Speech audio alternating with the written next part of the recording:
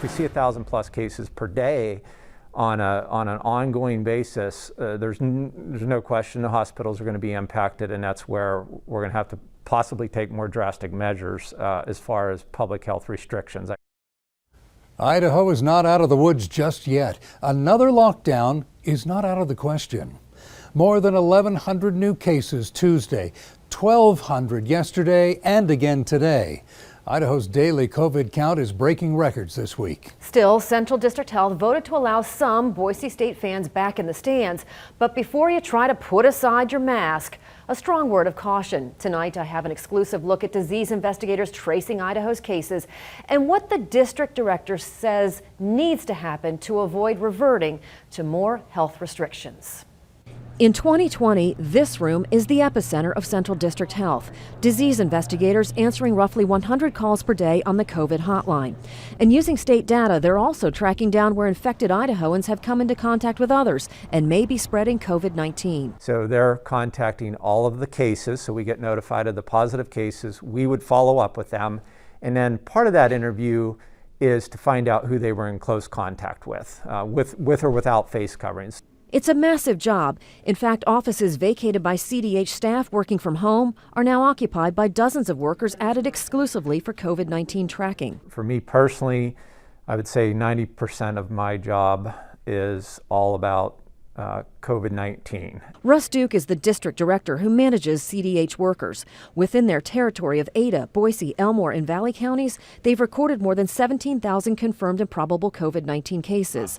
Exponential growth since the district's first case, March 13th, out of Meridian.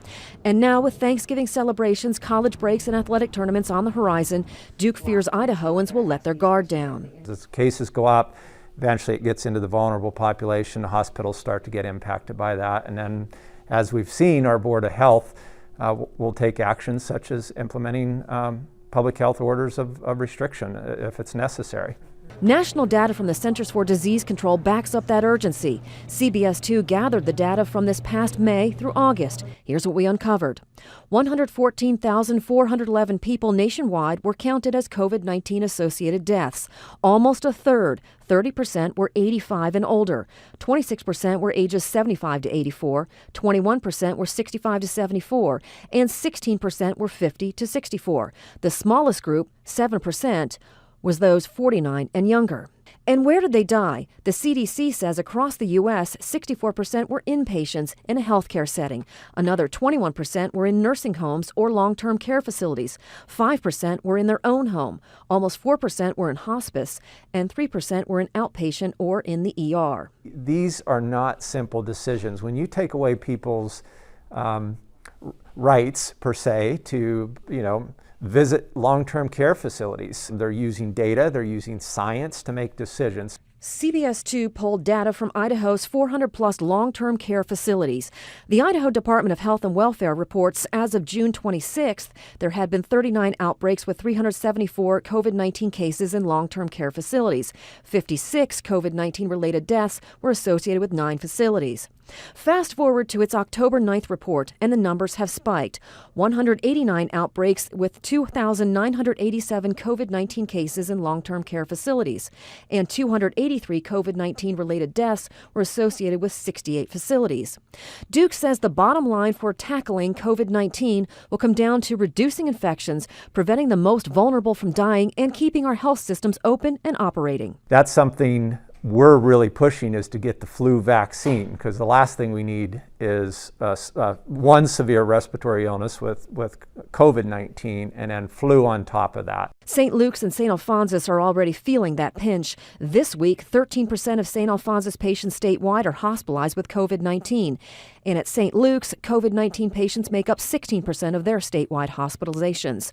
Duke warns as we head into winter, if Idahoans do not follow the basic rules, wear your mask, wash your hands, and socially distance, the caseloads for these disease investigators will only increase.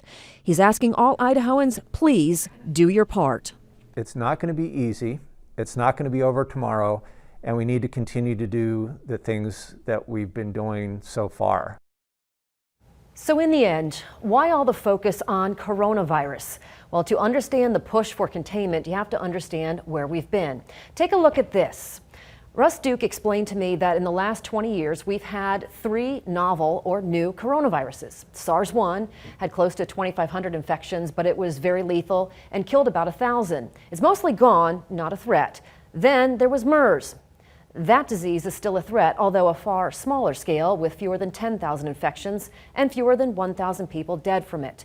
Now, let's fast forward to SARS-2 or COVID-19.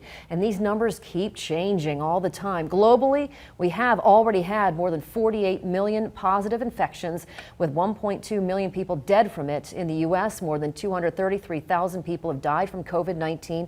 And as of this week, more than 660 Idahoans have died from it. Side note, as of October, 164 people had died within Central District Health's 4-county region.